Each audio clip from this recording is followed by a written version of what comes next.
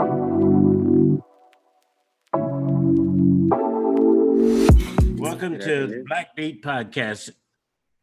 My name is John Washington, and I'm the CEO and editor-in-chief of Flossin Media, and I'll be your host today. Where we're always and where we never, and we don't really care, we just take an unapologetically Black approach to profiles.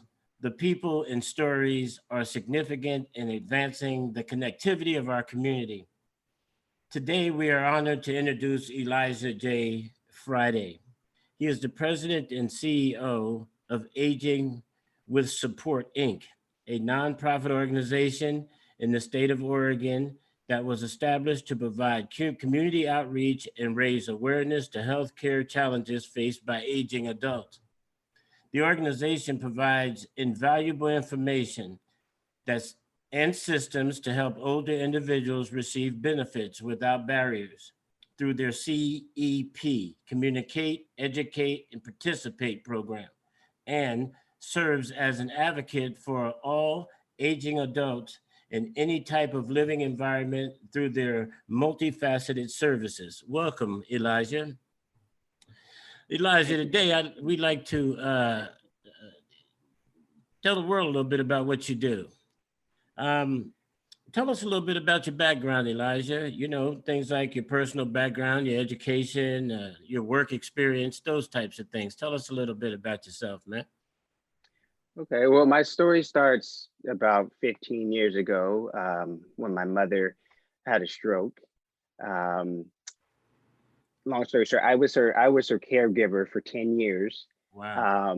Yeah, and you know, I could see as I'm her caregiver, I'm developing these skills, and I could see where there was a lot of gaps in the healthcare system for, you know, aging and disability individuals. So that's how Aging with Support came to. A little bit, my education, I have a bachelor's in kinesiology and a master's in public health. I'm also a certified gerontologist. Tell us a little bit about a gerontologist, Elijah. What is that?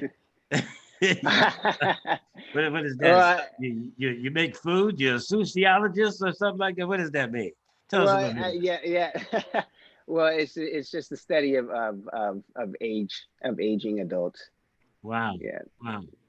Well, what drew you into that, man? I mean, I know you was taking care of your mom, but was that what sparked it for you? That you just Well, something became aware, you just, you know, something just popped out at you and said, damn, there's the thing. I see this. Let me go rectify this. Let me go deal with this. right. What was it? Well, I was always wanting to be in the healthcare field. And originally I had went to school to become a physical therapist. But you know, that didn't happen. And then, you know, I was put on a different trajectory where, you know, I wasn't prepared to be a caregiver for my mom. I'm the only child. And just that learning experience just guided me towards the aging and disability side of everything. And I could apply my kinesiology degree to it. I got a master's in public health because that's such a broad field. So yeah, I just started leaning towards that just because of the life experience that I've had. Right on. Well, what was it about, you know, taking care of your family, your mom, and that kind of stuff? What was it that jumped out at you saw was a need? What was that moment? Tell us a little bit about that moment that you became aware of something that you needed to get after. Well, and that's why I implemented my SEP program, Communicate, Educate, and Participate, just because there's a lack of communications between doctors and patients, and having the patients get the best care for themselves. There's a lot of low health literacy among individuals, especially aging individuals. And I saw a lot of that. That was my biggest concern for my mother. So I would always be present, be there, make sure I had the knowledge to help her as well. So you just felt like it was just something you needed to do to get out in front of, because you saw that your mom and you see that aging adults are vulnerable? Is that just, Absolutely. that they're vulnerable for people to take advantage of, and that they begin, some of their bases begin to diminish, and as a result of that, it's more like they just need some protectors. They need someone there looking over them and taking charge of their affairs to some degree, so that like more like an advocate on their behalf. Is that what I'm hearing you say? Absolutely. Yeah. Absolutely, an advocate. Absolutely. It's very So, important to advocate, especially for, vulnerable individuals, as you mentioned, who may not understand, about their health, as their health starts to decline. It's very important that they're involved and know exactly what's going on, and that will better serve them and meet their needs as well. so how long has your organization been around, man? Not long. It'll be 2 years in February. 2 years in February. And Yeah. are you a nonprofit or a for-profit organization? We're a nonprofit You're a organization. nonprofit.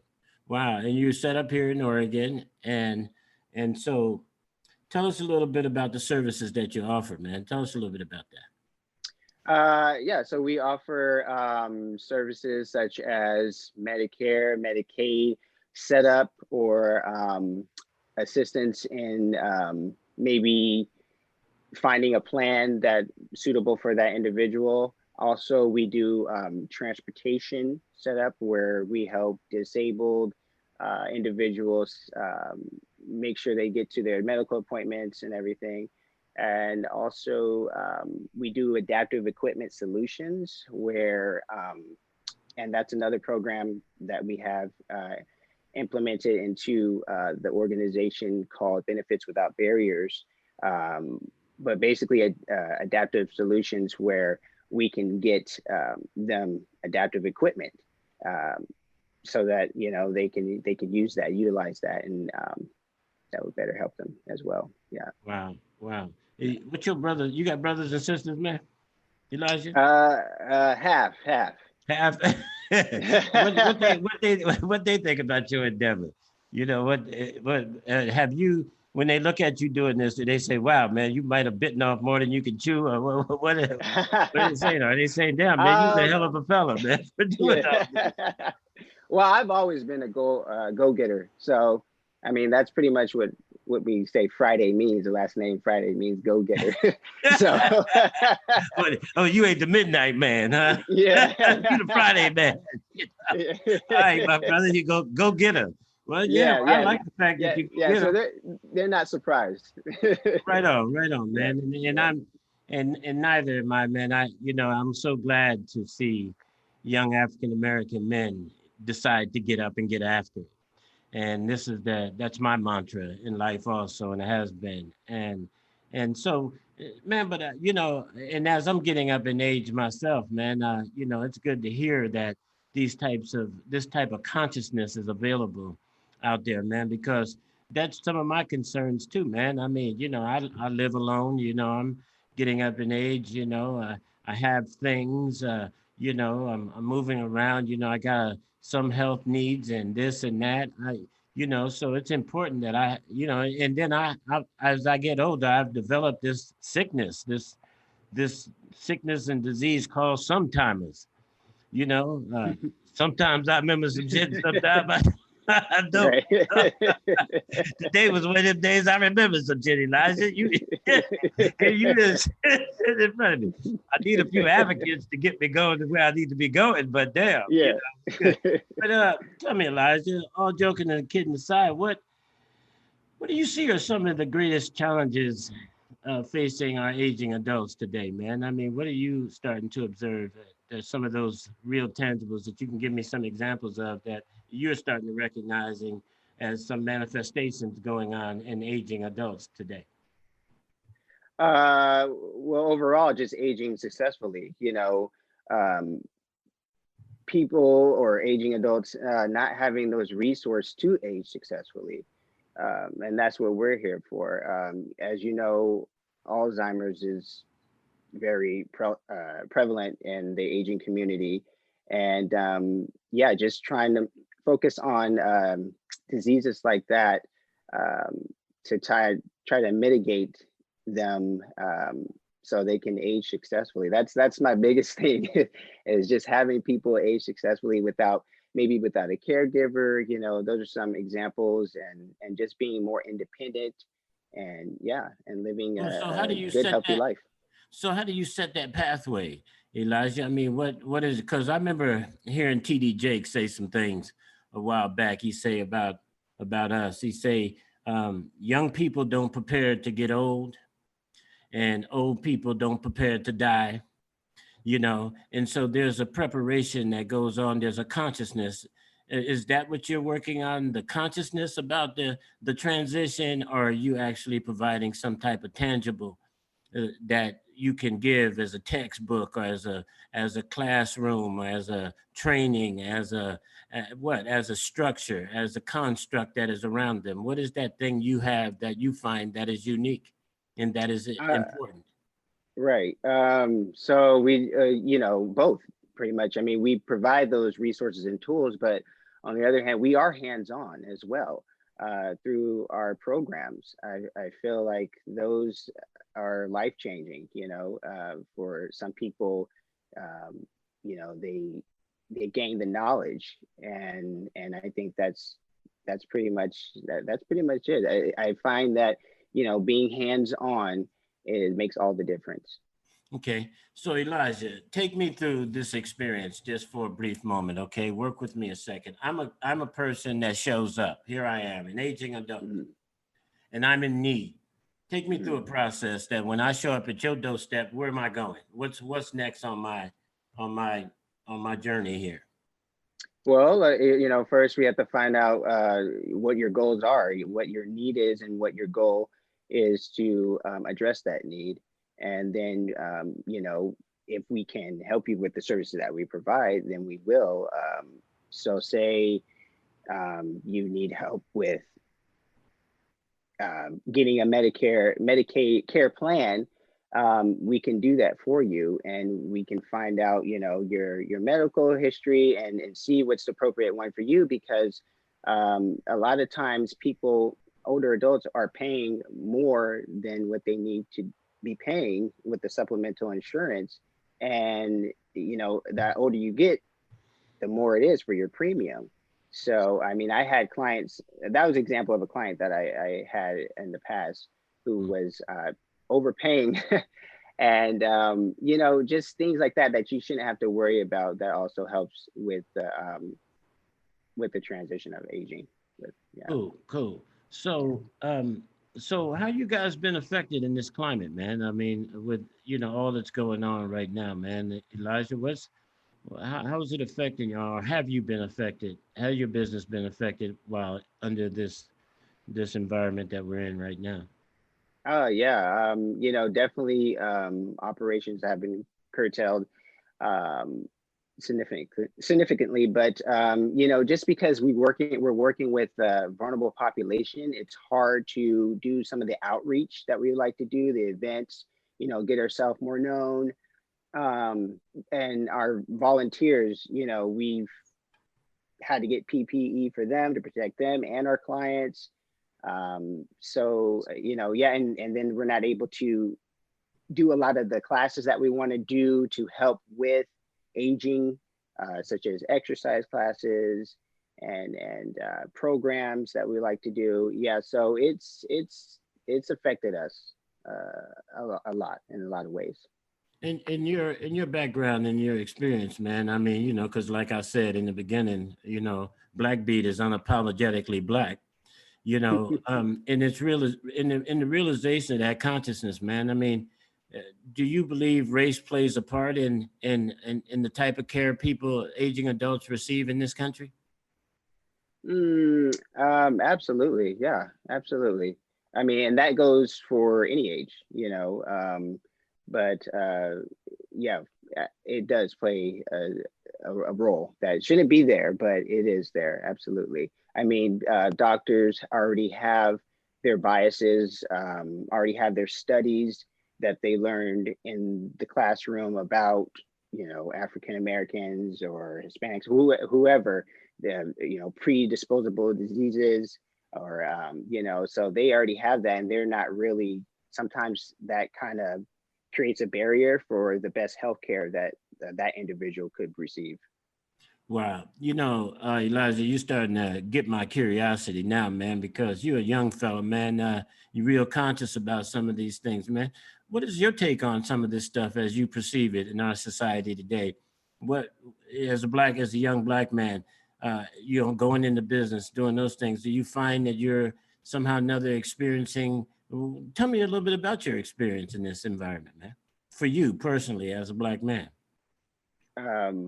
what's With it been my like? non No, with my with the nonprofit. with this no with the pandemic and with the race and unrest that's going on right now. And how you handling all this? What's it like for you? Tell me about your Um, experience.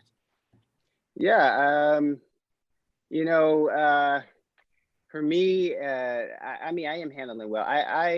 I've always been aware of it, the racism. I'm just happy that it's finally being acknowledged. That it's people try to cover it up or whatever, but I'm glad that it's getting out there. People are knowing, and I'm hoping that there will be changes to come later on down the road. But yeah, yeah, So I so yeah, so, definitely, so you remain consciously optimistic. yeah, Yeah. yeah. I mean, what can you do? you know, Well, hopefully, man, I'm deferring that back to you. I done fought this fight for a little while. The question is, what you yeah, gonna do? How yeah, you gonna yeah. do it? How you gonna help I us mean, get a little closer? yeah, Yeah, I because know, I'm I know, gonna I know. step up to you, Elijah, and I'm gonna come find your organization here in about another 5 to 10 years. I'm gonna say, Elijah, help me. I ain't got no welfare, no social care, no nothing. Help me find my way. I need a place to live. Even, do you help people also assist them with living conditions and yeah, all that kind of stuff too? Wow, yeah, wow. absolutely. Yeah, So you yeah. taking We that big enchilada and you trying to raise that whole big picture around aging adults. right, absolutely. And are you Yeah, there's finding there's a need. right? Hmm. Yeah, I would agree with you. And are you finding it that our society and our state and and the people who work in the arena with aging adults, are you finding your services being received well, or optimistic? People are optimistic about them and embracing them. Or tell us a little bit about that experience. Absolutely, yes. People are definitely embracing it. Like I said, we're hands on, and that's a lot of times people don't get that. Especially older adults who are independent, live by themselves, live on their own, and maybe sometimes family members are just not there to assist them. So we're we're hands on, and that's greatly appreciated. We also, what we do is we send out surveys to see how we did, and we always get great feedback. Yeah, and of course we can always improve, but we're learning as we go. So you actually got case managers and you keep active files and milieus on your clients and are you a part of a larger consortium or a continuum of care? I happen to be a clinician, man, for over 15 years of my life, so I've worked in the mental health Okay. fields. I've also owned some care homes around the state of Oregon over the years. And so I am familiar a little bit about what you're talking about. But the construct, I'm really fascinated with so broad the construct could have to be. So you're telling me you're employing outreach workers and case managers, and you have a running database system that allows you to be be a part of a continuum of care for aging adults? Absolutely, yes, Right on, man. yeah, Right on. yeah, Right on. yeah. And how We're many, go mhm. ahead. How many I was going to clients are say, you? Go ahead. Go I ahead. was going to say, we have mostly uh, great, exceptional volunteers. Um, so that's mostly what we're, people who just have the same experiences I have, or come from backgrounds where they know this is a need. They see the gaps in the healthcare system. So we have excellent volunteers uh, who have helped us stepped up to the plate. So do you employ people also? How many employees do you have an employee? Um, yeah, right. So we feel like the cause is more important. So No, we mostly do volunteers, and I've got a couple of employees, but other than that, they're mostly volunteers. Right Yeah, on. we So would that we would like to put funding towards the cause, towards the clients. So right yeah, on, man. that's, Right on. And in light of the fact that you might have had a hard go of it over the almost the last year, man. mhm. Um, what about the CARES Act? Did your business apply for the CARES Act itself? Oh, absolutely, yes, we did. And we put those funds towards PP, like I mentioned. We were able to put some in for wages and in programs, so it helped us out a lot. Right on, man. And so in some of those, were you happy to see how that came about? Would and how'd you find out about it, man? How'd you get alerted to the fact that the Oregon CARES Act was available and around to you? Actually, my my wife and I, we were watching the news one day, and we we saw it, and I just kept keeping tabs on it. I was like, wow, this is a great opportunity. Yeah, I'm telling you, man. Yeah. We fought the good fight in the beginning up front. We all came together, man, and that was Oh, another one of those appreciate moments when that unapologetically black part of this came in.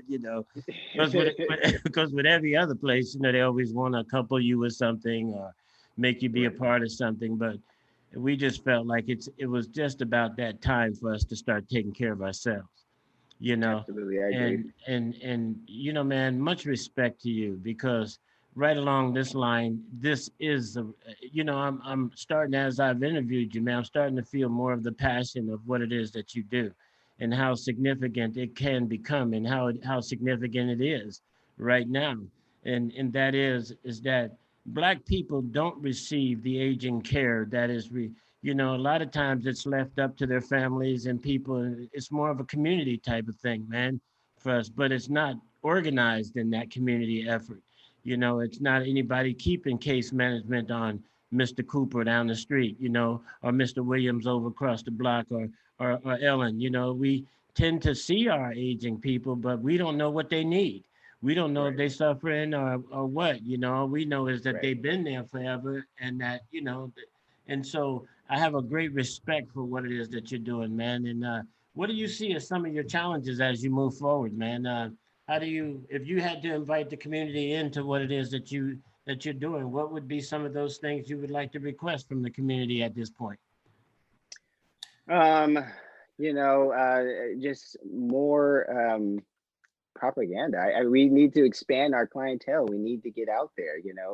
We This is something that all communities need to know because everybody has an older adult or knows an older adult in their life or is an older adult, and it's just important that it does take a community, and that's what we need. We just need the support so we can expand. What is your feelings about the CV-19, the COVID virus at this point in time in our environment, man? How do you feel about that? Or what are your thoughts about COVID in our society today? Do you think it's real, not real? What are your thoughts? Well, having a public health background, I know it's real. Um, um, how the U.S. has been handling the issue, I am disappointed. Um, but yeah, it's something that definitely needs to be addressed and taken seriously. Um, but I just read an article this morning that we got some people vaccinated. We got some yeah, Yeah,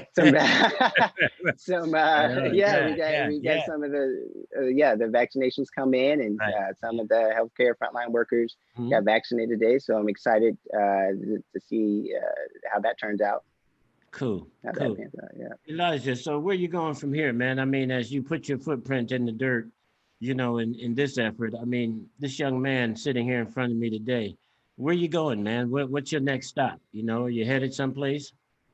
I mean, in terms of Uh, your career? mhm.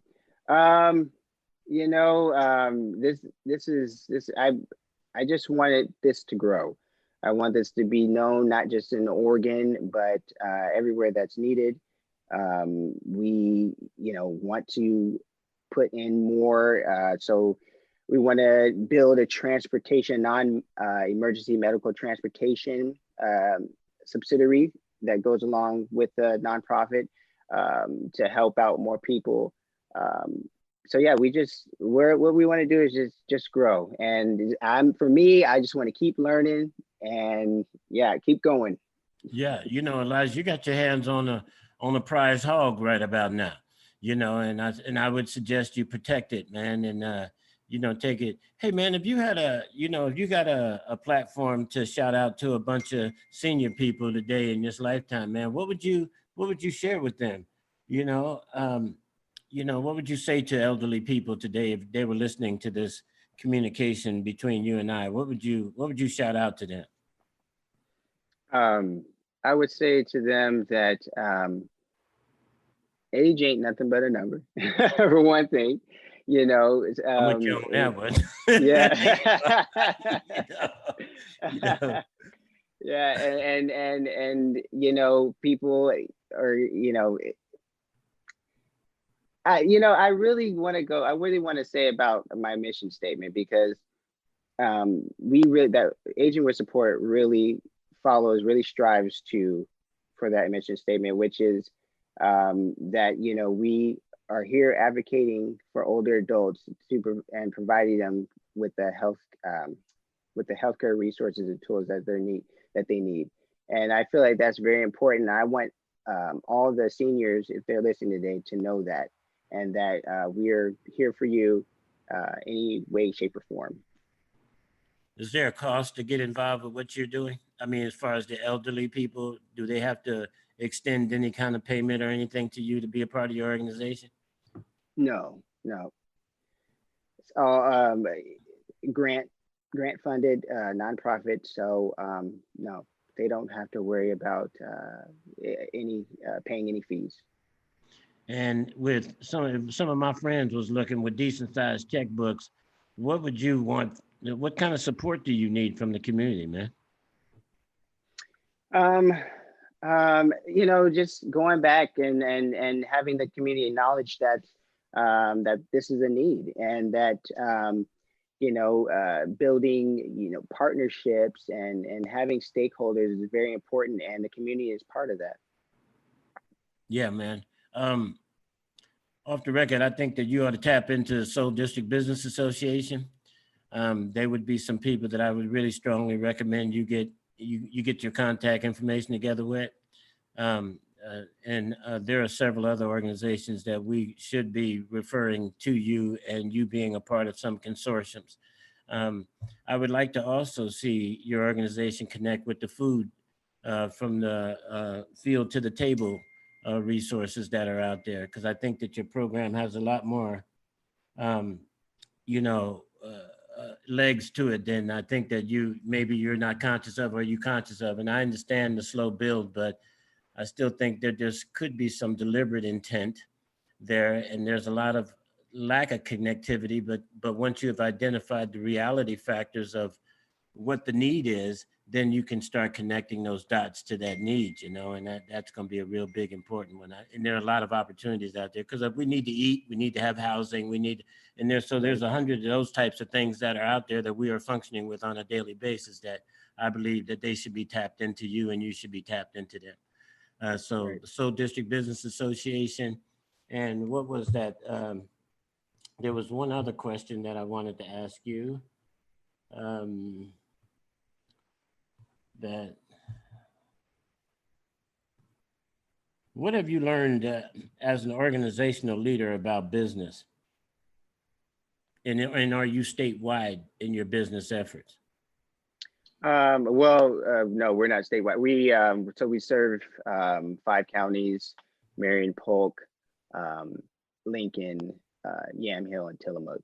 Wow. And yeah, and we are solely we're not solely, but we focus more on the rural areas, the ones that don't have the accessibility as someone else would living in a different area.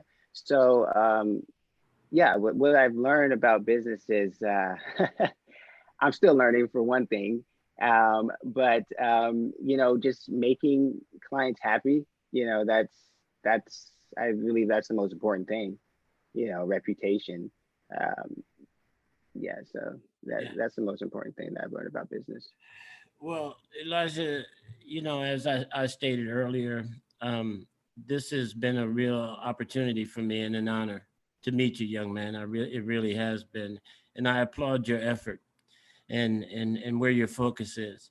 And I would love, as a business owner and a few other things, hats that I wear over the years, I'd love to be a part of what your efforts are and see of how I can make some contribution to it, because I think it's an admirable cause. And I also think that it's it's important for us to be some of those original trail setters, whatever that is. But one of the things that I've learned over the years of being that person is that a lot of times we seem to lay down the road or the pathway to getting to where we go, but yet we did not buy any of the real estate ourselves. In other words, we didn't put a building up on the road that we Right, blazed through there, and then right. somebody else come back through there and put the houses up, the community, and all that, Yeah, so they get the benefit of the road and the effort that you did. So it's always right, important for you right. to put a stake in the ground as you're moving. At least claim the most valuable asset in the road on the roadway, for yourself and your organization as you're moving through. So, but I look forward to talking to you a little bit more about that, Elijah, and so with this week's podcast, I am honored to say that, Elijah, your program is ranking up there as one of the higher, more important ones of our time today, and I applaud you for seeing that pathway and investing in it, and do praise to your mom and Yahweh. You hear? And so, as a respect, that concludes our podcast this afternoon. And is there any last minute thoughts you might have that you might want to throw out there to our listening base at this point in time as to what you might have gleaned through this interview as hindsight now that you might want to go back and make some clarification on? Um, I want to thank you for having me, and yeah, just you can find us on Google at Aging with Support, and yeah, yeah, we're here for you. We're here for everyone. We're here for the older adults, you know, caregivers, family members. So look us up, and we're here to help you. Much respect to you, Elijah. And again, this afternoon. And that concludes our podcast for this afternoon. And you have a good afternoon and have a Merry Christmas, Elijah. And it was, again, it was a pleasure to have some time to speak with you. You hear? Here, thank you, John. I appreciate it. Respect, Take young care. man. Yes, you too.